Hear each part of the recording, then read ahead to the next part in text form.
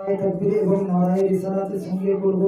তার পূর্বে হুজুর আলা হযরত আলাইহি রাহমাতুল ইসলাম ইরশাদ করছে, একবার শুনুন। ইরশাদ হুজুর আলা হযরত ইরশাদ করছেন যে লা ওয়া রাব্বিল আরশ जिसको जो मिला उनसे मिला, ला व रब्बिल अर्श जिसको जो मिला उनसे मिला, ला व रब्बिल अर्श जिसको जो मिला उनसे मिला। बढ़ती है कौनैन में नेमत रसूलुल्लाह की, बढ़ती है कौनैन में नेमत रसूलुल्लाह की। और सूरज उल्टे पांव पलटे चांद इशारों से हो जा, सूरज उल्टे पांव पलटे चांद इशारों से हो जा। और अंधे नजदी देख ले, अंधे नजदी देख ले कुदरत रसूलुल्लाह की, अंधे नजदी देख ले कुदरत रसूलुल्लाह की। और हाफिज व कारी आलिम व मुफ्ती बन सकता है हर कोई, हाफिज व कारी आलिम व मुफ्ती बन सकता है हर कोई, लेकिन मुफ्ती आजम, लेकिन मुफ्ती आजम बन के दिखाना सबकी बस की बात नहीं, सबकी बस की बात नहीं। और चारों तरफ दीन के दुश्मन, बीच में तन्हा मेरे रजा। সেই সময় হুজুর আলা হযরত তনহা ছিলেন, সেজন্য শায়ের বলছেন যে चारों तरफ दीन के दुश्मन, बीच में तन्हा मेरे रजा। और ऐसे में इस्लाम को बचाना सबकी बस की बात नहीं, और ऐसे में इस्लाम को बचाना सबकी बस की बात नहीं। আসুন আমরা হযরতের ইস্তেকবাল নারায়ে তাকবীর নারায়ে রিসালাতের সঙ্গে বলবো। নারায়ে তাকবীর আল্লাহু আকবার, নারায়ে তাকবীর আল্লাহু আকবার, নারায়ে রিসালাত নারায়ে রিসালাত मसला के आला हजरत जिंदाबाद, मसला के आला हजरत जिंदाबाद, मुनाफिया अहले सुन्नत हजरत अल्लामा मौलाना मुफ्ती नूरुल आरिफीन साहब किबला जिंदाबाद, नाराए तकबीर नाराए रिसालत।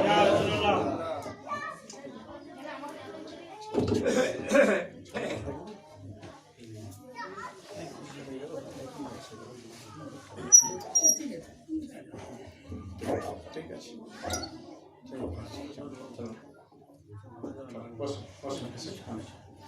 अस्सलामु अलैकुम व रहमतुल्लाहि व बरकातुहू।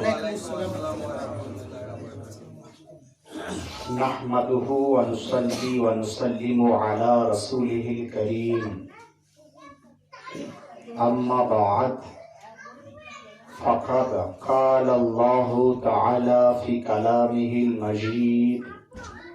बिस्मिल्लाहिर रहमानिर रहीम। फमन यअमल मिस्क़ाल ज़र्रतिन खैरन यरा वमन यअमल मिस्क़ाल ज़र्रतिन शर्रन यरा। सदक़ल्लाहुल अलिय्युल अज़ीम व सदक़ रसूलुहुन नबियुल मकीनुल मतीनुल करीम व रऊफ़ुर रहीम। बअदहु फ़िश्शान हबीबिहिल करीम।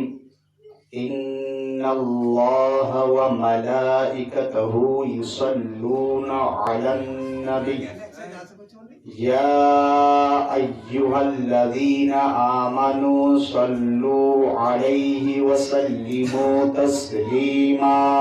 अल्लाहुम्मा सल्ली अला सय्यिदिना मौलाना मुहम्मद व अला आलि सय्यिदिना मौलाना मुहम्मद।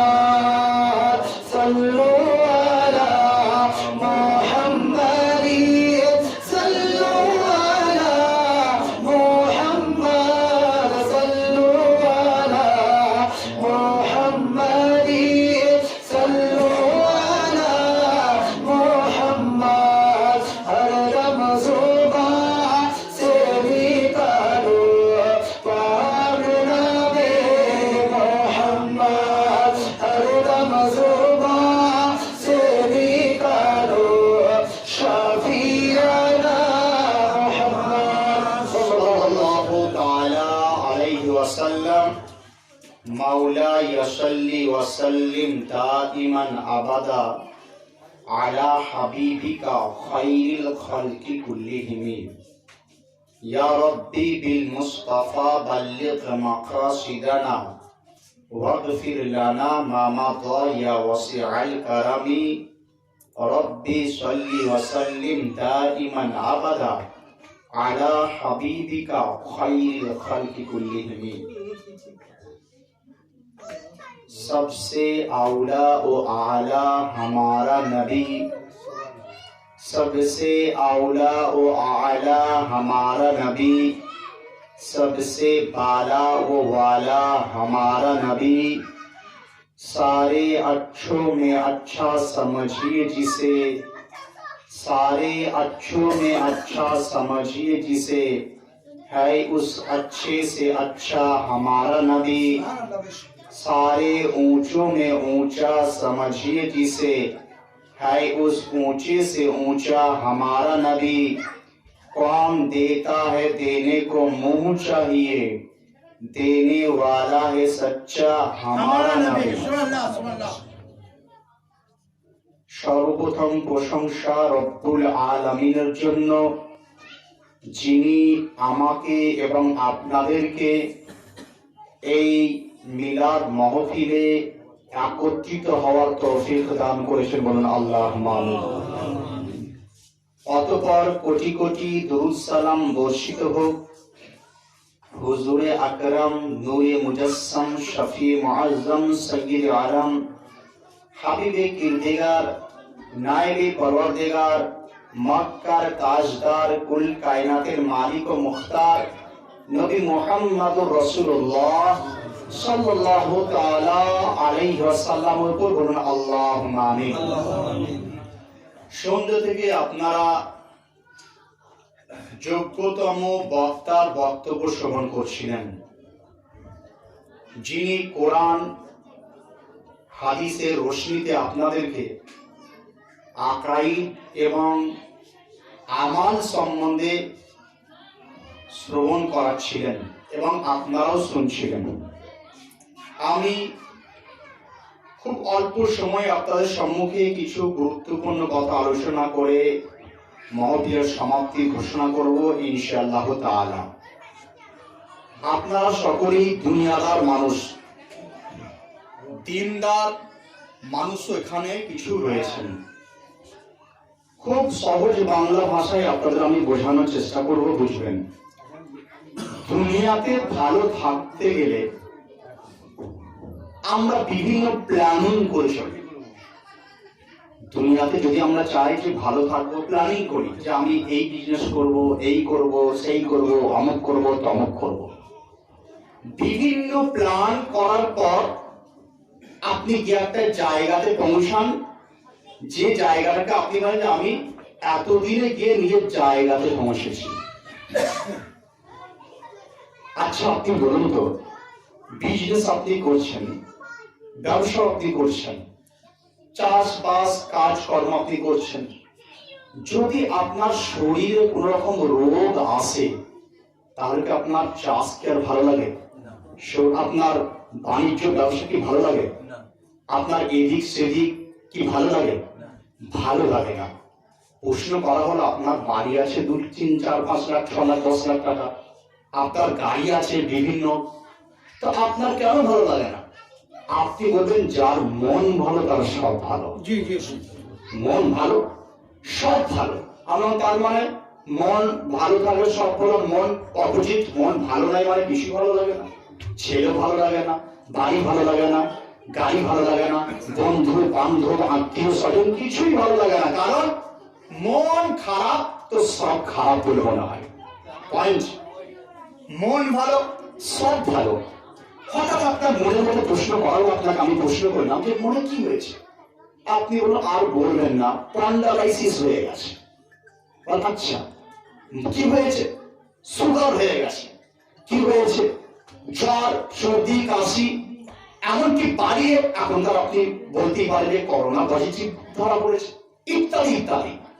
তাহলে আমি বললাম যে আপনার তাহলে যদি প্যারালাইসিস, এমনকি ক্যান্সার যদি হয়, তাহলে তা থেকে মুক্তি পাওয়ার জন্য আপনি বিভিন্ন জায়গায় ছোটাছুটি শুরু করে দেন। তখন এই ডাক্তার, সেই ডাক্তার, অমুক ডাক্তার, তমুক ডাক্তার, বর্ধমান না হলে কলকাতা, কলকাতা না হলে ভেলোর না হলে এখান সেখান করে আপনি ঘোরাফেরার চেষ্টা করেন। কারণ মনকে ভালো আপনি করতে চান। শরীরকে ভালো করতে চান, দুনিয়াতে মনকে ভালো রাখার জন্য বিভিন্ন কাজ আপনি করেন। যে যা কথা বলেছে, কেউ বলেছে বর্ধমানের অমুক ডাক্তার কাছে চলে গেছেন, কেউ বলছে অমুক ডাক্তারের কাছে চলে গেছেন, কেউ না দুর্গাপুরের অমুক হাসপাতাল, অমুক নার্সিং হোম, সেখানেও আপনি দৌড় লাগিয়েছেন। অ্যাজ এ রেজাল্ট আপনার মন কিন্তু ভালো হচ্ছে না। আমি প্রশ্ন করতে চাই, তাহলে দুনিয়ায় মনকে ভালো রাখার জন্য আমরা এখান সেখান দৌড় ঝাঁপ করতে শুরু করে দিই দুনিয়াতে ভালো থাকার জন্য। কিন্তু আপনারা কি জানেন আর একটা জিন্দগি আছে, যে জিন্দগির উপর ঈমান রাখা আমাদের ফরজ, যেটাকে মৃত্যুর পরে জিন্দগি বলা হয়, যেটা হাসরের মাঠে জিন্দগি বলা হয়, যেটাকে আপনার হাসরের মাঠে বিচার আচার করার পর জিন্দগি বলা হয়। যে জিন্দগি কোনো লিমিটেশন নাই, আনলিমিটেড জিন্দগি আগে বলা হয়। দুনিয়ার জিন্দগি লিমিটেড আছে 10, 20, 50, 60, 70, কিন্তু আখিরাতের জিন্দগি কোনো লিমিটেশন নাই, যার কোনো শেষ নাই, যার কোনো সমাপ্তি নাই, যার কোনো আপনার শেষ মুহূর্ত নাই। তাহলে আপনাকে আমি প্রশ্ন করতে চাই, দুনিয়াতে মন ভালো রাখার জন্য এদিক সেদিক ডাক্তার অমুক টমুক করে দিয়েছিলেন, একবার আপনি কি চিন্তা করেছেন যে হাসরের মাঠে ভালো থাকবো কি করে? দুনিয়াতে শরীরকে ভালো রাখার জন্য, দুনিয়াতে নিজেকে ফুর্তি রাখার জন্য আপনি বলেন মন ভালো তো সব ভালো। তাহলে দুনিয়াতে মন ভালো, সব ভালো, আখিরাতে কি ভালো হলে সব ভালো হয়ে যাবে? আখিরাতের মধ্যে কি ভালো আপনার হবে যার জন্য আপনার সব ভালো? কবরে যাওয়ার পরেই জান্নাতি মহল আপনি দিতে পারেন। কবরে যাওয়ার পর সেই ঘর, দুনিয়ার ঘর মাটির তৈরি, ইটের তৈরি, কিন্তু জান্নাতির ঘর হচ্ছে আপনার সোনা জমরুদ পাথরের তৈরি, দামি দামি পাথরের তৈরি।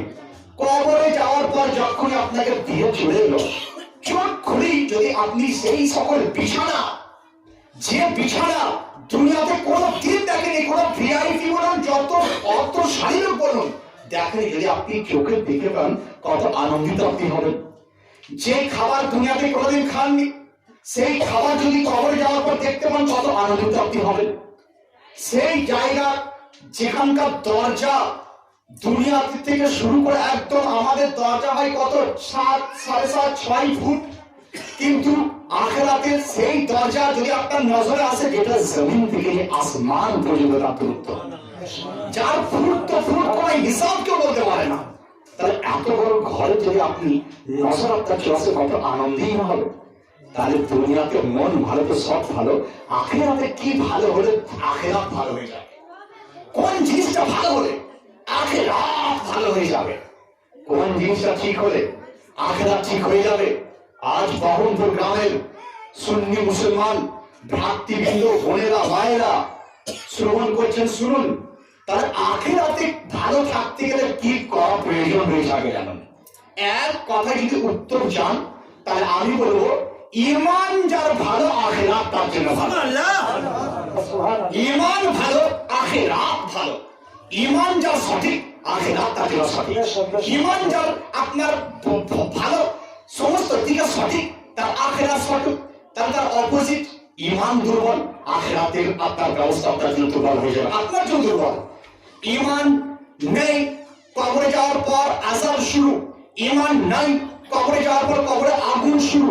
ঈমান নেই, কবরে যাওয়ার পর বড় বড় আজদাহা সাপ, বড় বড় অজগর সাপের থেকেও আপনার বিষাক্ত সাপ কবরে হাজির হয়ে যাবে। ঈমান যদি আপনার ভুল থেকে যায়, তাহলে দুনিয়াতে যেমন শরীর ভালো, সব ভালো, এক কথায় আখিরাতে আপনার যার ঈমান দুনিয়াতে ভালো হবে, আখিরাতও তার জন্য ভালো হয়ে যাবে।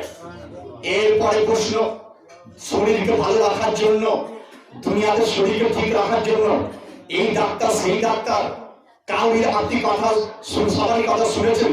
যখনই বলছে কলকাতা যাও, কলকাতা চলে গেছেন। যখনই বলা হয় ভেলোর যাও, ভেলোর আপনি চলে গেছেন। যখনই বলা হয় ব্যাঙ্গালোর যাও, ব্যাঙ্গালোর আপনি চলে গেছেন। কারণ এই দুনিয়ায় সাময়িক জিন্দগিতে নিজেকে ভালো রাখার জন্য, সাময়িক জিন্দগি হিসাব করে একটু যদি আপনি দেখেন, আখিরাতের 50 মানে একটা দিন, আখিরাতের একটা দিন এই দুনিয়ার 50,000 বছরের সমতুল্য হবে। এই দুনিয়ার 50,000, 50 নয়, 50-এর পরে 500, 5,000, তাহলে 50,000 বছর যদি এই দুনিয়াতে কেউ বেঁচে থাকে, তাহলে আখিরাতে একটা দিনের সমতুল্য তার বেঁচে থাকা হবে। পার্সেন্টেজ তাহলে 1 সেকেন্ডের সময় কিন্তু যারা 50 বছর আমরা বাঁচবো, কি 60 বছর বাঁচবো, কি 70 বছর, আখিরাতের 1 সেকেন্ড সমতুল্য কিন্তু আমরা দুনিয়াতে বাঁচি না। আখিরাতের 1 সেকেন্ড সমতুল্য আমরা দুনিয়াতে বাঁচি না। ওই 1 সেকেন্ডের জন্য বাড়ি করার চেষ্টা করি, 1 সেকেন্ডের জন্য গাড়ি করি, 1 সেকেন্ডের জন্য বিভিন্ন রকম নিজেকে ফুর্তি তামাশা ইত্যাদি ইত্যাদি করে আমরা করার চেষ্টা করি। আচ্ছা, 1 সেকেন্ডের জন্য যদি আপনারা এত কাজ করেন যেখানে অফুরন্ত জিন্দেগি, তাহলে সেখানে থাকার জন্য কি কাজ প্রয়োজন রয়েছে, কেমন কাজের প্রয়োজন? আবার দেখুন চুপচাপ আপনার চিৎকার করছেন, একটু আস্তে আস্তে শোনার চেষ্টা করুন। শুনুন, আল্লাহুম্মা সাল্লি আলা সাইয়্যিদিনা মাওলানা ওয়া আলা আলি সাইয়্যিদিনা মাওলানা মুহাম্মদ সাল্লু আলা মুহাম্মাদিন সাল্লু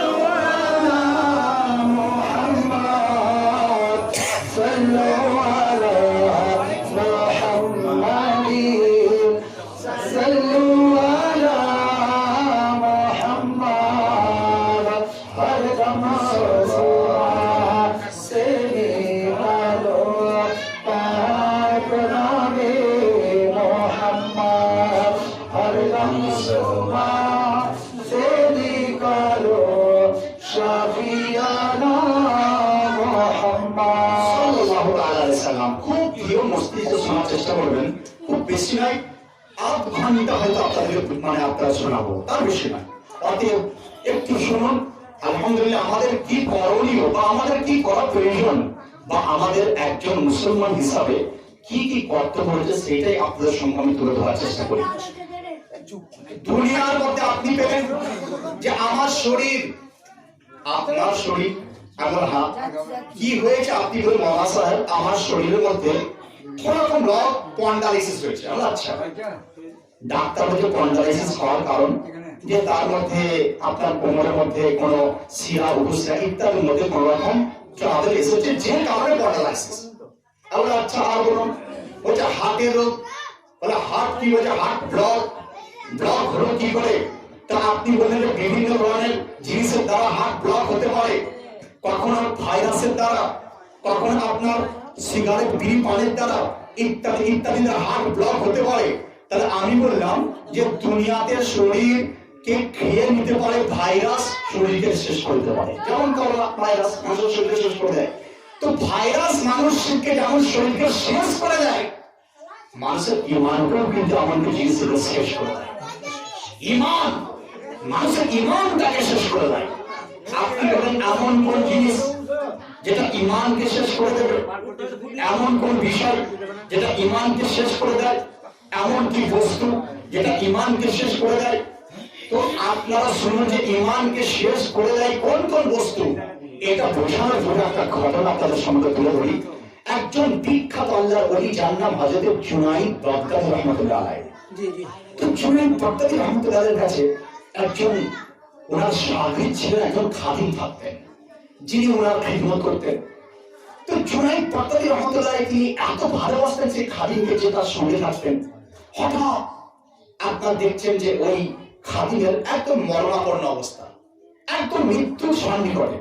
তার যে জুনাইদ বাগদাদী দেখলেন যে আমার শ্রেষ্ঠ খাদিম আমার খিদমত করে, চলে গেলেন তার কাছে। যাওয়ার পর তার মাথার কাছে গিয়ে সূরা ইয়াসিন শরীফ তেলাওয়াত করতে শুরু করে দিলেন। মরার পূর্বে যদি সূরা ইয়াসিন পড়া হয় তার মওতের কষ্ট অতটা হয় না।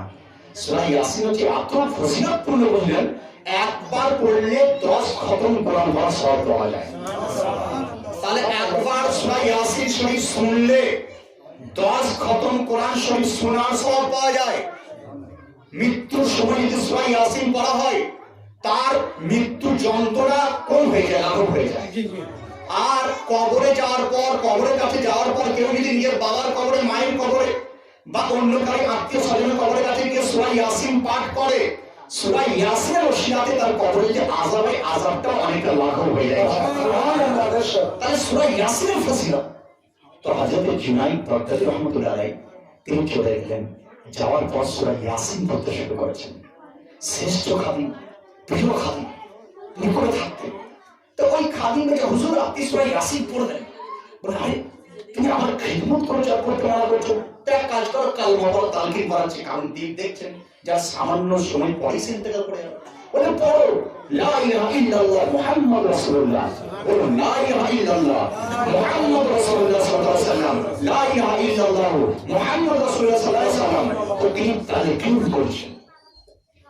হযরত জুনায়েদ বাগদাদী যখন তালকিন করছিলেন, ওই খাদিম তিনি বলছেন, হুজুর আপনি তালকিন করবেন না, আপনি তালকিন করবেন না। বলে কেন? তালকিন করলে তোমার কলমাই ইয়াদ আসবে, আর কলমা পড়তে পড়তে মরলে তোমার ঈমানের সঙ্গে মওত হবে।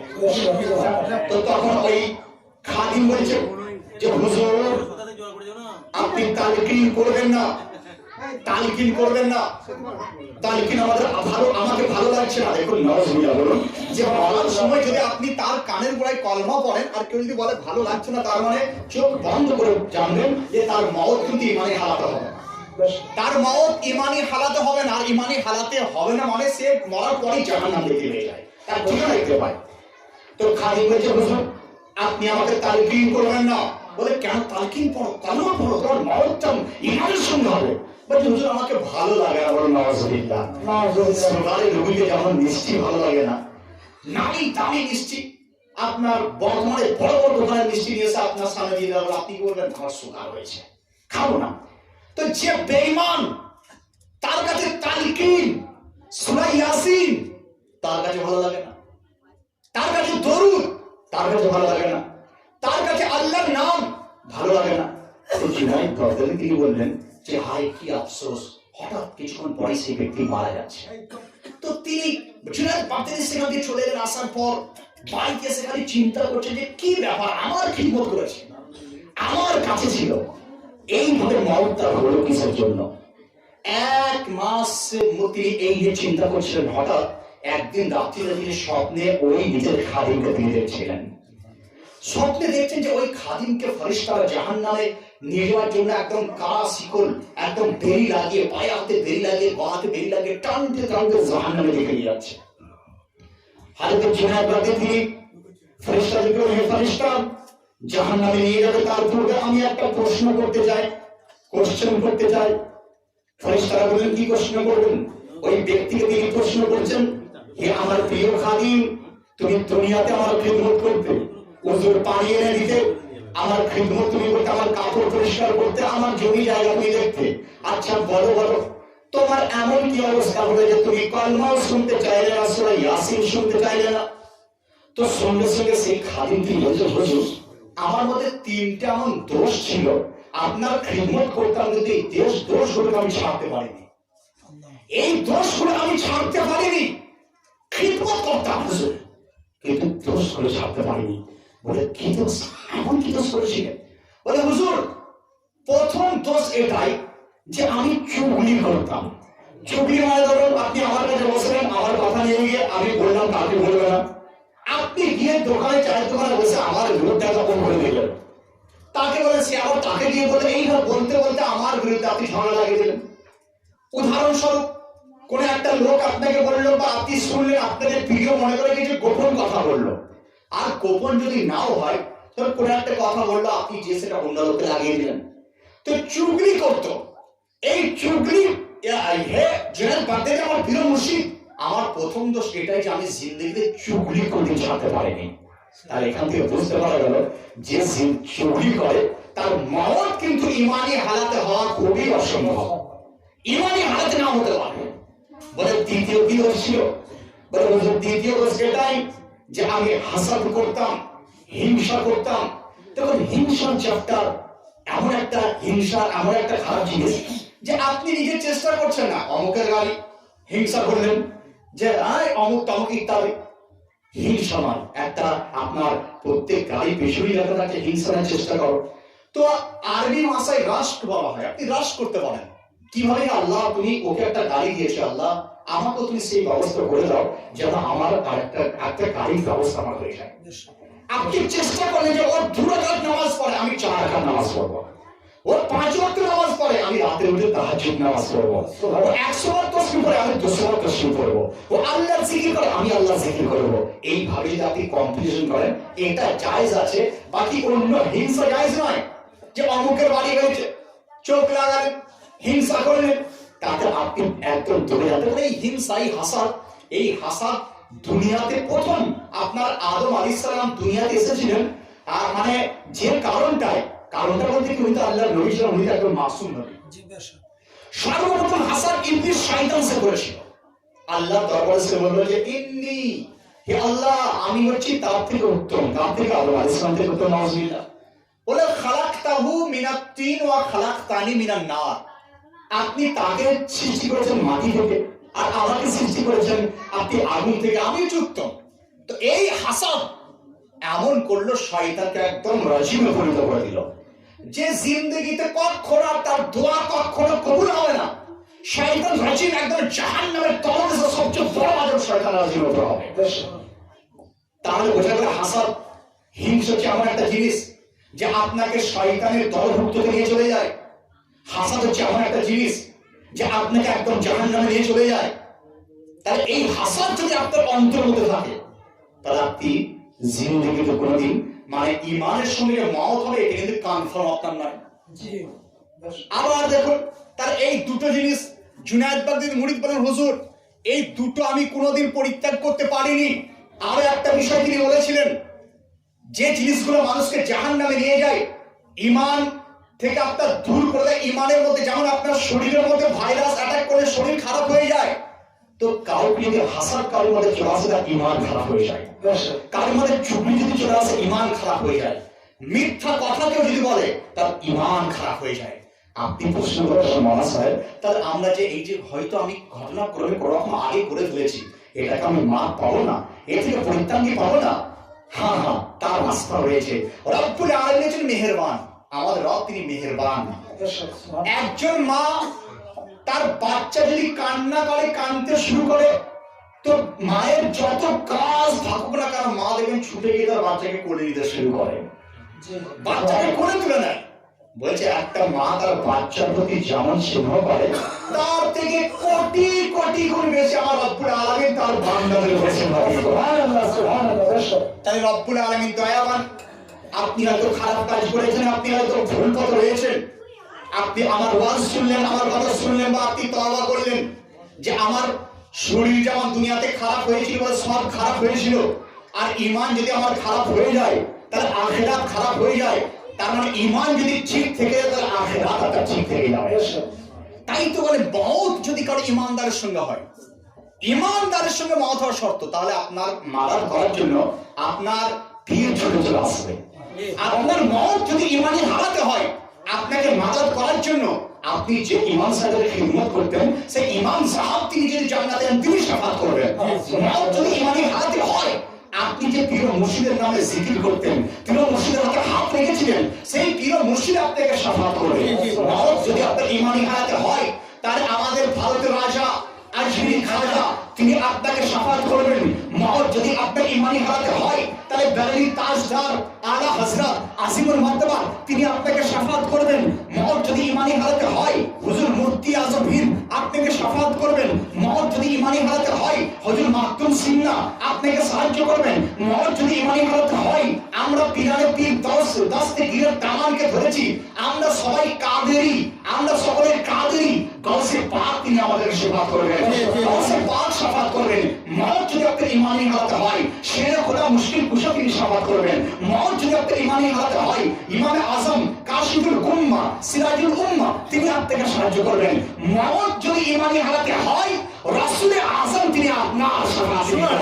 সুবহানাল্লাহ। নারে তাকবীর, আল্লাহু আকবার, নারে তাকবীর, আল্লাহু আকবার, নারে রিসালাত, ইয়া রাসূলুল্লাহ, নারে রিসালাত, ইয়া রাসূলুল্লাহ, নাজিলে আহলে সুন্নাত জিন্দাবাদ, জিন্দাবাদ, মাসলাকে আলা হযরত জিন্দাবাদ, নারে গাউস, ইয়া গাউস, নারে গাউস, ইয়া গাউস, নারে হায়দারি, ইয়া আলী, নারে হায়দারি, ইয়া আলী, নারে তাকবীর, আল্লাহু আকবার, নারে রিসালাত, ইয়া রাসূলুল্লাহ। তাহলে এতক্ষণ আপনি রাসূলের যে মওত যদি ঈমানি হারাতে হয়, তাহলে ঈমানকে বাঁচিয়ে রাখতে হবে, সব সময় চেষ্টা করতে হবে ঈমান কি করে ঠিক থাকে।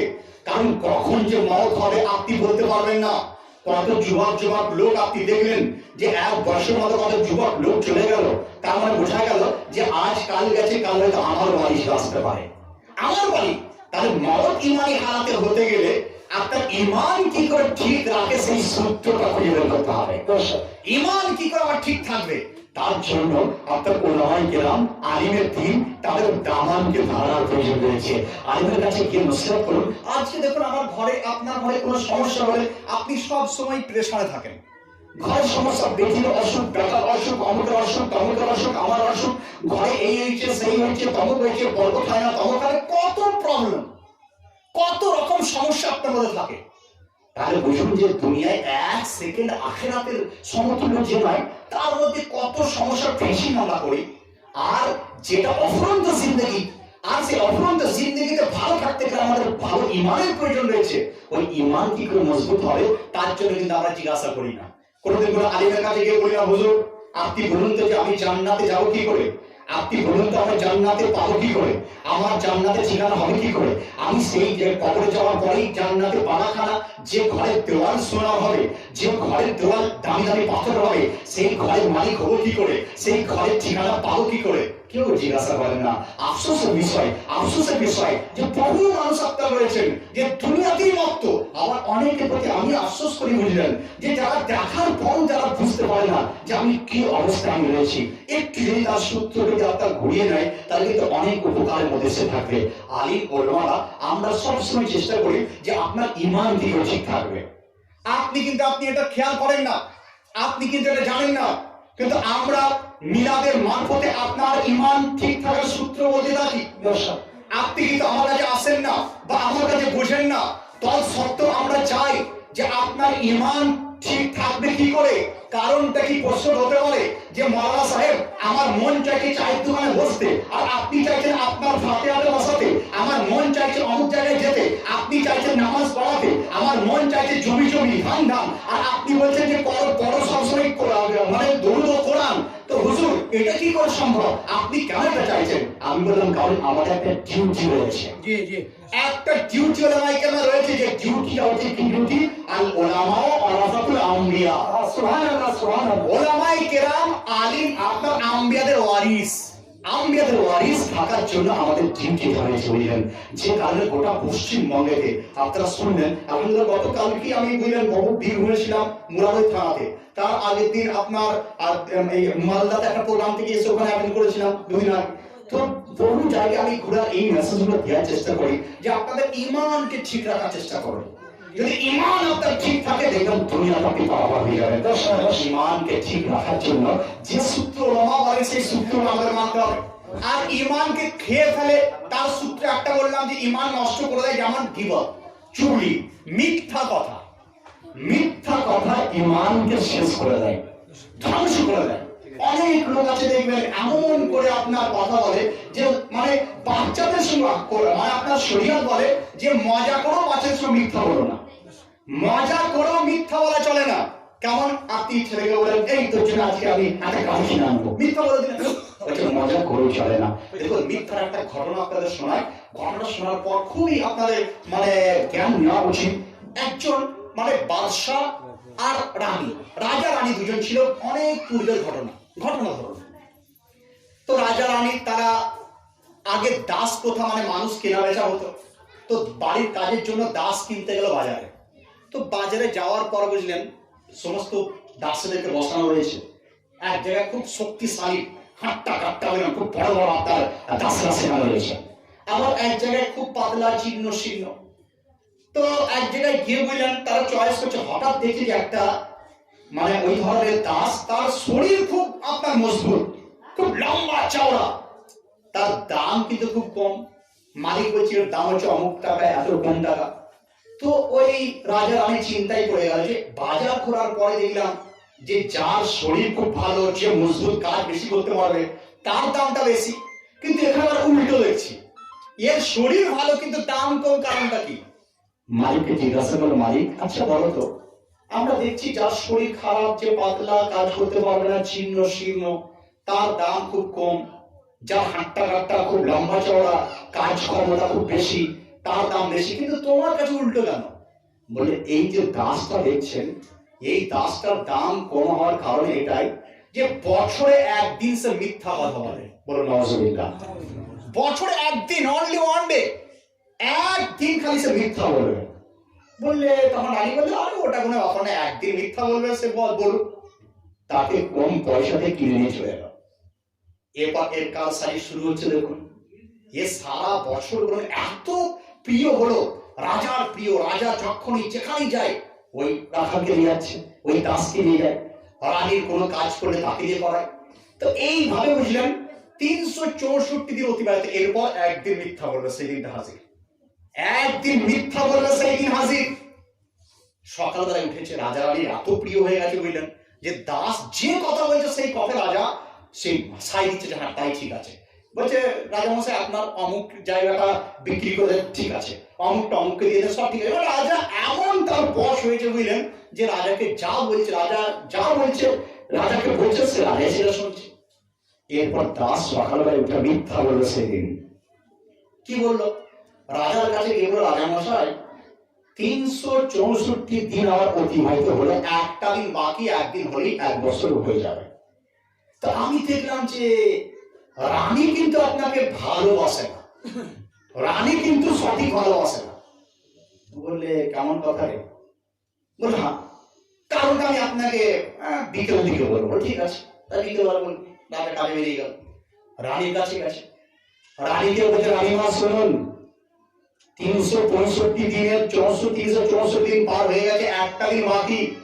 ওই একটা দিনের মধ্যে আমি দেখলাম, এতদিন থাকার পর আমি দেখলাম, বুঝলাম, সেটা আপনাকে বলতে চাইছি, কারণ একটা দিন ওই 1 বছর হয়ে যাবে। বলে কি? বললে রাজা কিন্তু আপনাকে ভালোবাসে না। যতই বলে রাজা তো আপনার সকালে বেরিয়ে যায়, যে অন্য কোনো চক্করে সে থাকে, সে ভালোবাসে না।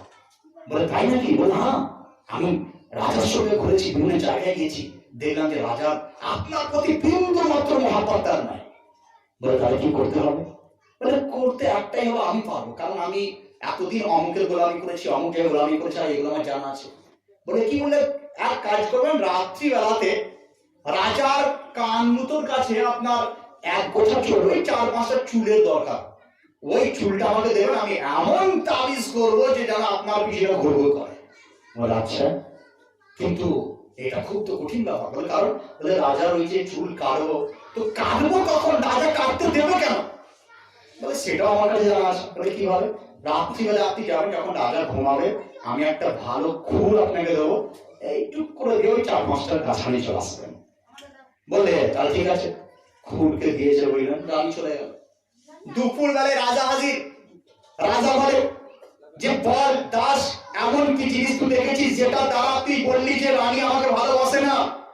বলে শুনুন, আমি এই জিনিস দেখেছি, আজকে রাত্রি আপনি দেখবেন যে কেমন ভালোবাসে। বলে কেন? বলে আজ রাত্রে দেখবেন যে খুর নিয়ে আপনাকে সে মারতে যাবে, গলা কাটতে যাবে। খুর নিয়ে চলে যাবে। রাজাকে বলে দিয়েছে বললেন।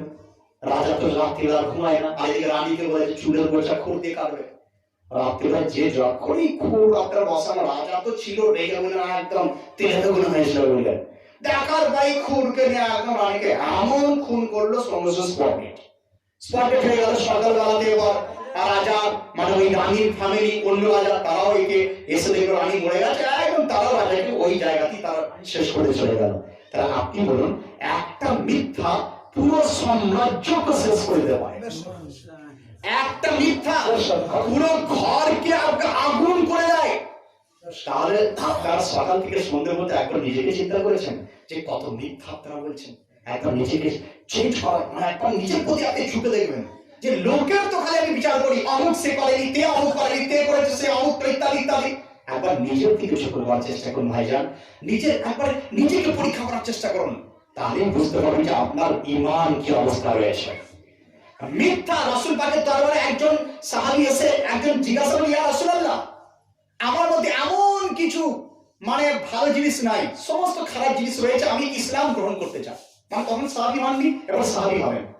বলে তাহলে কলমা পড়ো। বলে হুজুর কলমা পড়বো, কিন্তু আপনি যদি আমাকে বলেন যে আজকে আমাকে মদ খাওয়া সারতে হবে, পারবো না, এই করতে হবে, পারবো না, এই করতে পারবো না, কারণ সব খারাপ ব্যাড ইফেক্ট আমার কাছে আছে, ব্যাড জিনিস আমার কাছে আছে, কিন্তু একটা আপনি আমাকে যদি বলেন অনলি ওয়ান, একটা নসিহত করবে, একটা জিনিস আপনি বলবেন সেটা আমি ছেড়ে দেবো।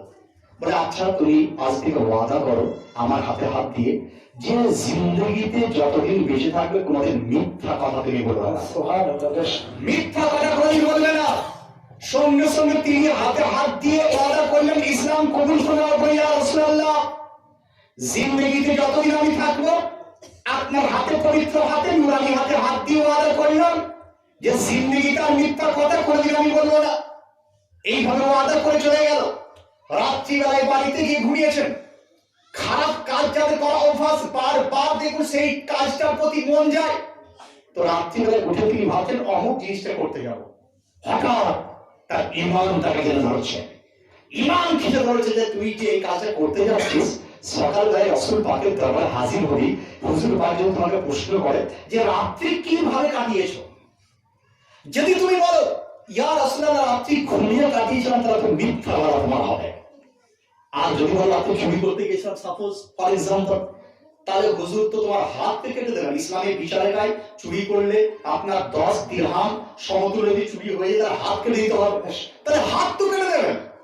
তো ওই ব্যক্তি নিজের প্রতি নিজের প্রশ্ন করতে গেলে উত্তর চলে এলো যে না না, খারাপ কাজে নয়, গিয়ে বিছানাতে ঘুমিয়ে পড়। তিনি বিছানাতে ঘুমিয়ে পড়ছেন।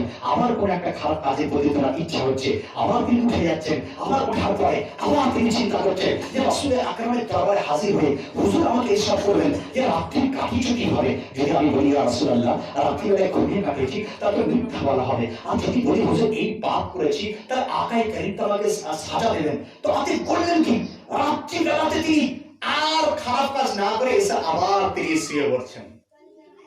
কি একটা কথা, একটা মেসেজ যে মিথ্যা বলবো না, এই ওয়াদা ওই সাহাবীকে সারা রাত কয়েকবার বিছানা থেকে উঠার পরে আবার তিনি বিছানাতে শুয়ে পড়ছেন।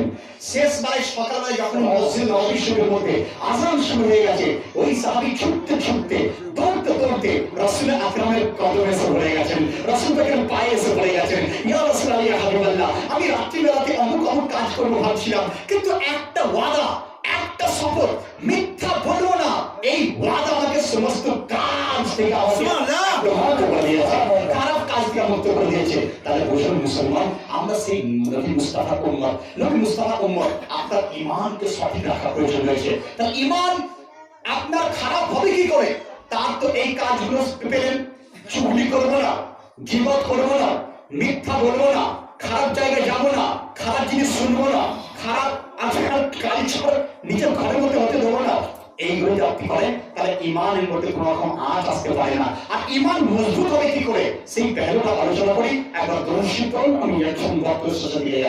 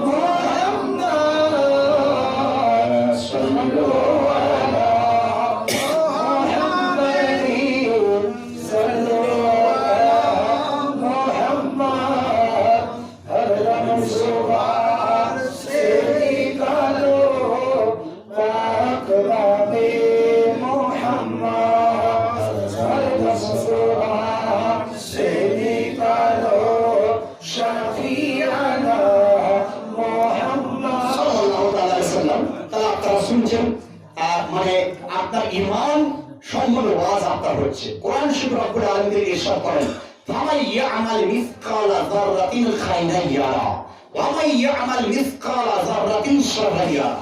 সূরা জিলজাল আম্মা পড়ার মধ্যে বর্ণিত যে দুনিয়াতে বিন্দু পরিমাণ ভালো কাজ যদি কেউ করে থাকে, কাল কিয়ামতের মাঠে সেই কাজটা সে দেখতে পাবে।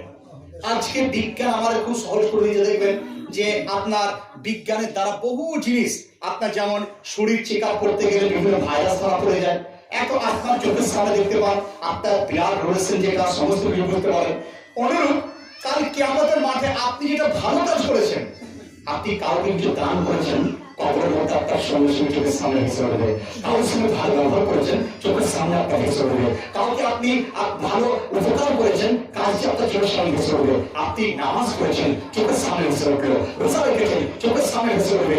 এক কথায় ভালো জিনিস যেটাই করবেন সেটাই আপনার সঙ্গে আপনি দেখতে পেয়ে নেবেন। কোরআন বলে ফামাই ইয়ামাল মিসকালা যারাতিন খায়রান ইয়ারা, বিন্দু পরিমাণ যদি কেউ ভালো করে থাকে সেটাও সে কাল কিয়ামতের মাঠে সে দেখতে পাবে, সুবহানাল্লাহ, দেখতে পাবে।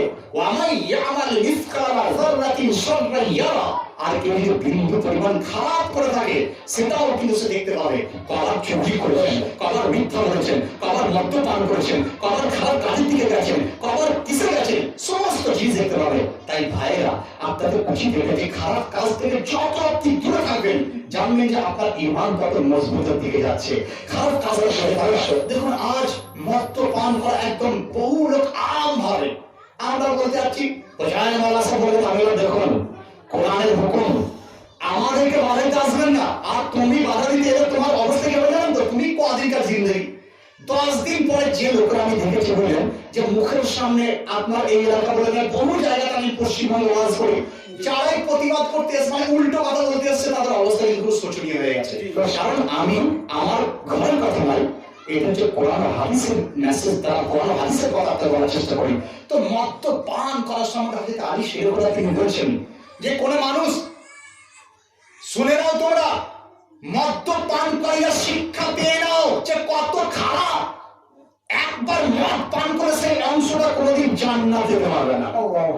তাহলে সেরকম তিনি বলেন যে বড় সমুদ্রের মধ্যে যদি এক ফোঁটা মদ পড়ে যায়, কিতাবের নাম কিয়া আপ জানতে হ্যাঁ। কিতাবের নামটা আমি বলে দিলাম কারণ রেকর্ড হচ্ছে, বুঝলেন? এই রেকর্ডের দ্বারা হয়তো আজ আমাদের সভাপতিদের বাড়িতে মানে নিরাশিত হচ্ছে, কিন্তু রেকর্ডের দ্বারা গোটা পশ্চিমবঙ্গের লোক শুনবে, আসল হয়ে যাবে। তো তারা এটা তো বলতে পারেন নুরুল আরিফিন যে বললেন যে মদ্য পানকারী তার আপনার এত খারাপ, সেইটা দলিল কোথা থেকে দিলেন? কোরআন শরীফ তো দলিল দিয়েছে মদ পান করো না। এরপর দেখুন হযরত আলী সেরকম তিনি বলছেন কিতাবের নাম কিয়া আপ জানতে হ্যাঁ।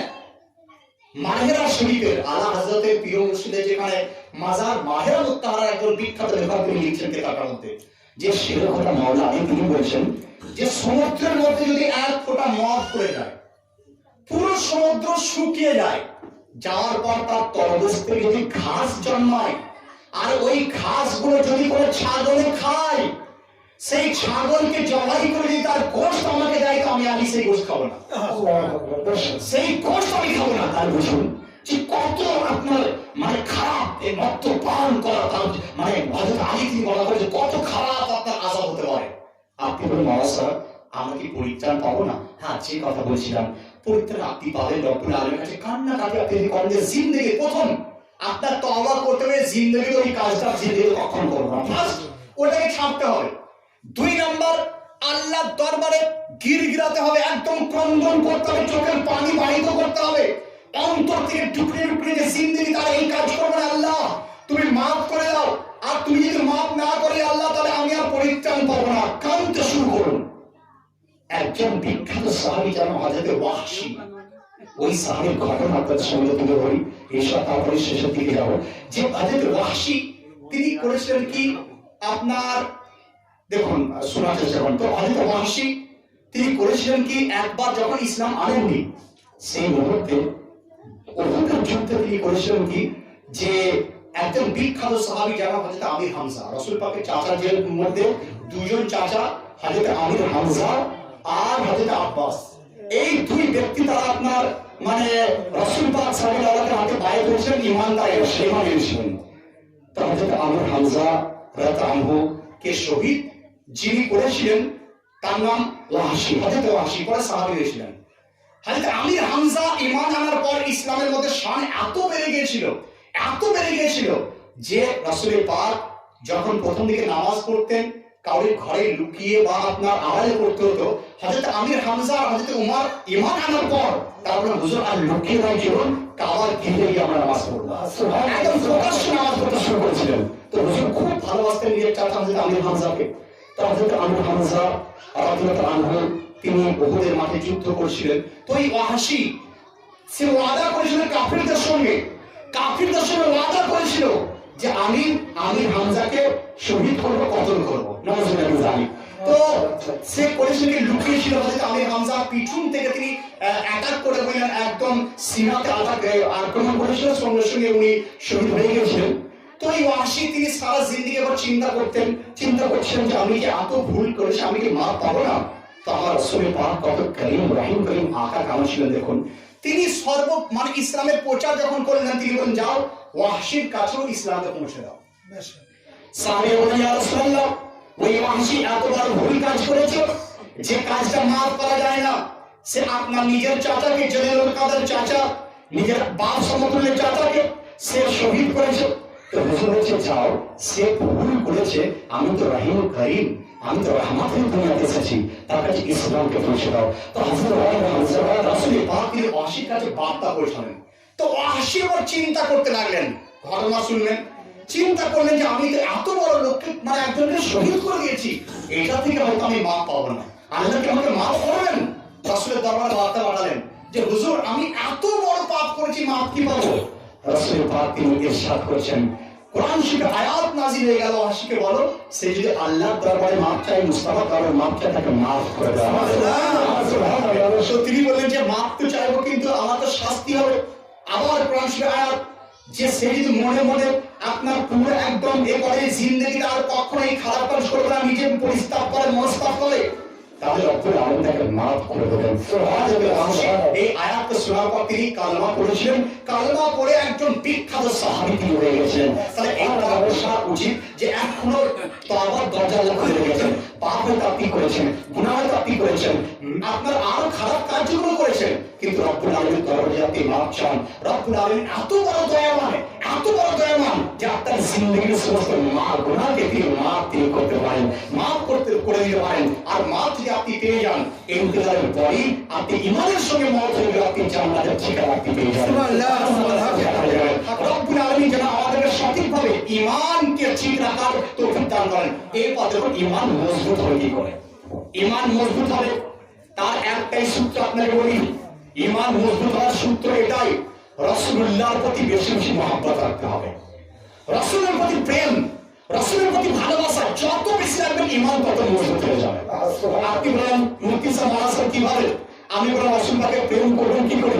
রাসূল পাকের নাম যখনই আসবে তখনই মুখে লাগিয়ে চোখে চোখে লাগাতে শুরু করবেন। রাসূল পাকের মহব্বত, রাসূল পাকের নাম শোনার পর সাল্লাল্লাহু তাআলা আলাইহি ওয়াসাল্লাম বলুন, রাসূল পাককে আপনার ওনার শানে দুরূদ পড়তে শুরু করুন, নাম পড়তে শুরু করুন, সালাম পড়তে শুরু করুন। যত বেশি বেশি পড়বেন ঈমান তত মজবুত হবে। কারণ রব্বুল আলামিন তার হাবিবকে এত বড় শান দিয়েছেন যে সারা বিশ্ব আর কাউকে সেই শান দেননি, সেই শান কেউ পায়নি। যে কারণে আমি একটা কবিতার মধ্যে নাটের মধ্যে লিখেছিলাম, সৃষ্টিতে নাই কেউ সবার সেরা, প্রিয় নবীর মতো নাই চাঁদ, নাই কোনো গ্রহ তারা, প্রিয় নবীর মতো অন্ধকার ভরা আলোতে ভরা হলো নবীর ওসিলায় নূরে ভরা রহমত হয়ে যিনি এলেন এ দুনিয়ায়। তো বোঝা গেল যে আমার মুস্তাফা মতো দ্বিতীয় কেউ ছিল না, যার ছায়া চন্দ্র ফেলতে পারতো না, যার ছায়া আসমানে সূর্য ফেলতে পারতো না। রাসূল পাকের জিকির যে কলবের মধ্যে থাকে, সেই জিকির কোনোদিন মুর্দা দিল হতে পারে না, সেই আপনার দিল কোনোদিন মুর্দা হতে পারে না। দলিল শরীফের তাজদার আলা হযরত তিনি বলেন, ইরশাদ করছেন যে জিকির সব ঠিক है जब तक मज़कूर ना हो नमके हुस्न वाला हमारा नबी রাসূল পাক সাল্লাল্লাহু আলাইহি প্রতি মহব্বত রাখুন, আহলে সুন্নাতুল জামাতের তরিকা নিয়ে চলুন, খারাপ কাজ থেকে দূরে থাকুন, খারাপ কাজ থেকে তওবা করুন, নিজের ঈমানকে জানুন, উলামার দামানকে ধরে থাকুন। এইভাবে আপনি থাকেন, আপনার দুনিয়াতেও আপনি সাকসেস হবেন, কবরেতেও সাকসেস, আখিরাতেও সাকসেস, এমনকি জান্নাতের মধ্যে আপনার স্থান হয়ে যাবে। রব্বুল আলামিন যেন আমাদেরকে আপনাদেরকে সঠিকভাবে ঈমান নিয়ে দুনিয়া থেকে যাওয়ার তৌফিক দান করেন। ওয়া আখির দাওয়ানা আলহামদুলিল্লাহি রাব্বিল আলামিন, আস্তাগফিরুল্লাহ আযীম, লা ইলাহা ইল্লাল্লাহ মুহাম্মদ রাসূলুল্লাহ সাল্লাল্লাহু আলাইহি ওয়াসাল্লাম। उठ खड़े हो मोमिनो ताज़ीम अहमद के लिए। या नबी या रसूल सलाम।